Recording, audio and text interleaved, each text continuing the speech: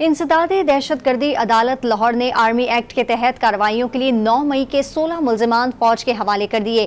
عمران خان نے اپنے رہنماؤں اور کارکنان کی گرفتاریوں اور ان کے کورٹ مارشلوں پر سپریم کورٹ سے رجوع کر لیا۔ ادھر تحقیقاتی ادارے 9 مئی کو بلوائیوں کے ساتھ رابطوں میں رہنے والے مزید کرداروں کا سراغ لگا لیا۔ 9 مئی کی ہنگامہ آرائی کرنے والوں کے خلاف مقدمات میں بڑی پیش رفت آ گئی۔ فوج کے کمانڈنگ افسر نے آرمی ایکٹ کے تحت کارروائیوں کے لیے 16 ملزمان کی حراست مانگ لی۔ انسداد دہشت گردی عدالت نے کمانڈنگ افسر کی درخواست منظور کرتے ہوئے سابق ایم پی اے میاں اکرم عثمان سمیت 16 ملزمان کو فوج کے حوالے کرنے کا حکم دے دیا۔